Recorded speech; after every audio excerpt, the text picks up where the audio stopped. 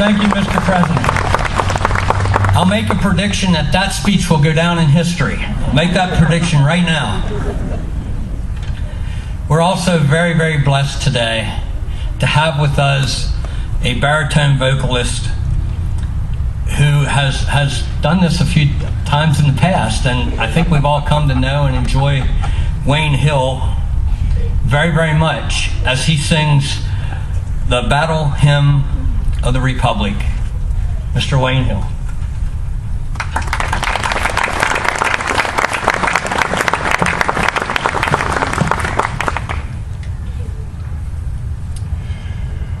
Mine eyes have seen the glory of the coming of the Lord. He is trampling out the vintage where the grapes of wrath are stored. He hath loosed the fateful lightning of his terrible swift sword. His truth is marching on. Glory, glory, hallelujah. Glory, glory, hallelujah. Glory, glory, hallelujah. His truth is marching on. He has sounded forth the trumpet that shall never call retreat. He is sifting out the hearts of men before his judgment seat. Oh, be swift, my soul, to answer him. Be jubilant, my feet, while God is marching on. Glory, glory, hallelujah. Glory, glory, hallelujah. Glory, glory, hallelujah. His truth is marching on. In the beauty of the lilies, Christ was born across the sea, with a glory in his bosom that transfigures you and me. As he died to make men holy, let us live to make men free. Our God is marching on. Glory, glory, hallelujah. Glory, glory, hallelujah. Glory, glory, hallelujah. His truth is marching on.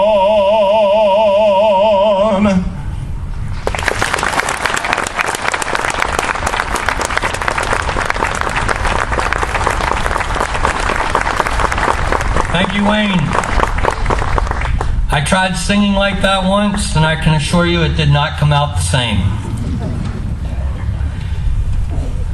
Our next speaker today, I will tell you, is also a very personal friend of mine.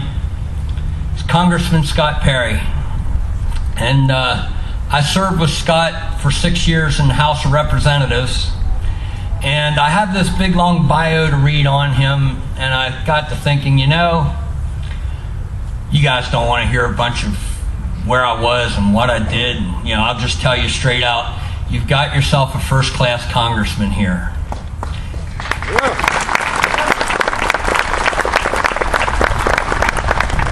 After sitting right behind him on the House floor for a couple of years and under his wrath of scrutiny,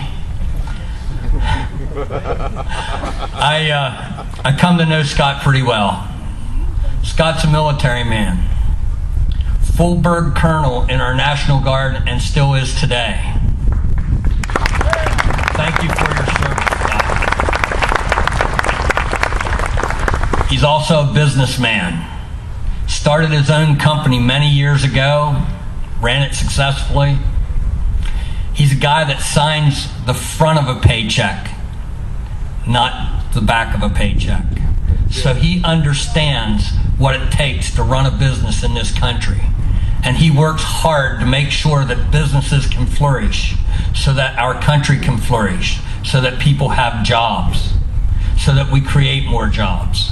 And Scott vowed when he went to Washington, D.C., that his principles wouldn't change. And after watching his votes, since he's been in Washington since January, I can tell you that's assured. His morals and his values have not changed. And I'm sure he's about to regale us with another speech that will also go down in history.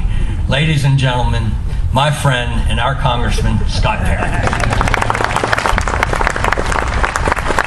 I wonder what I did to make Dan mad. He talked so nicely about me. We've had some times, Dan and I, on the floor of the House, and some disagreements on occasion, and you can tell he's not shy, and neither am I. Hey, great privilege and honor to be before you today. Of course, great privilege to have the governor right here in our hometown.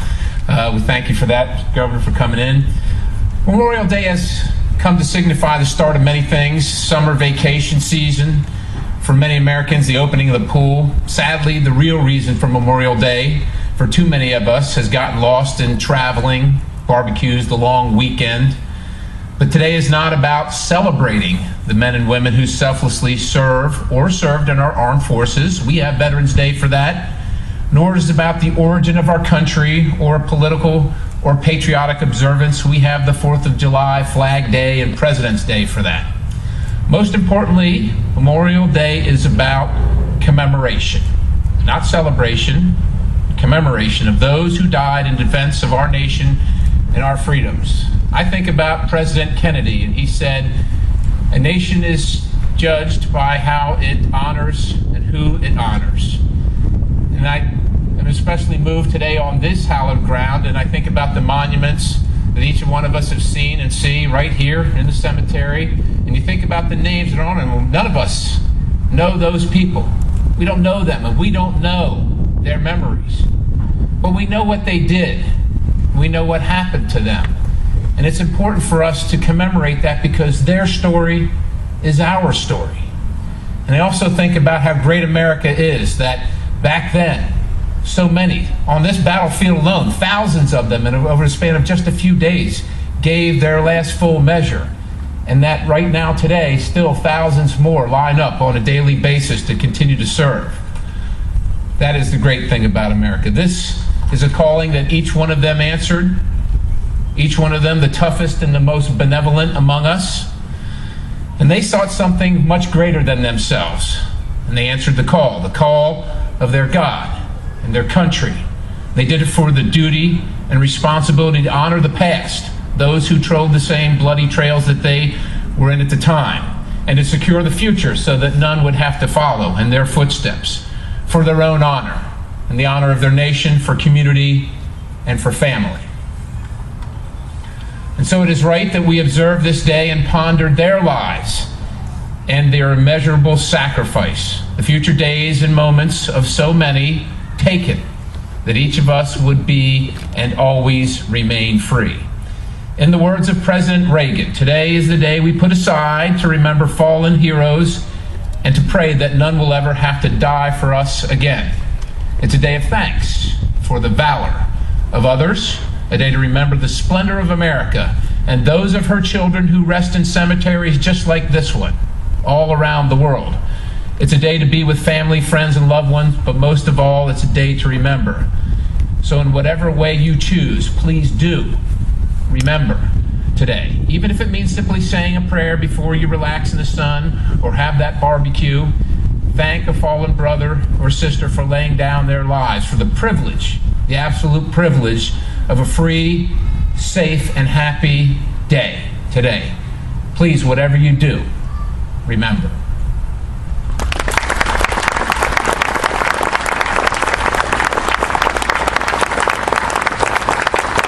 Thank you, Congressman Perry. I'm sure that speech will go down in history as well. Thank you. Once again, we are privileged to have Wayne Hill sing to us A Faded Coat of Blue. Mr. Wayne Hill, please regale us.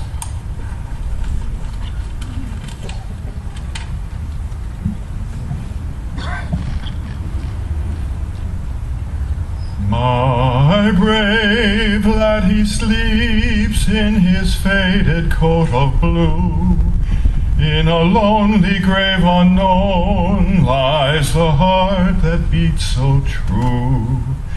He sank faint and hungry among the famished brave, and they laid him sad and lonely within his nameless grave.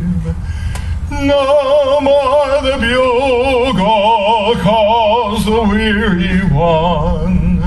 Rest, noble spirit, in thy grave unknown. I'll find you and know you among the good and true, when a robe of white is given for the faded coat of blue. No dear one was nigh him to close his sweet blue eyes, and no gentle one was by him to give him sweet replies. No stone marks the sod o'er my lad so brave and true. In his lonely grave he sleeps in his faded coat of blue. No more the bugle calls the weary one. Rest, noble spirit, in my grave unknown. I'll find you and know you among the good and true, when a robe of white is given for the faded coat of blue.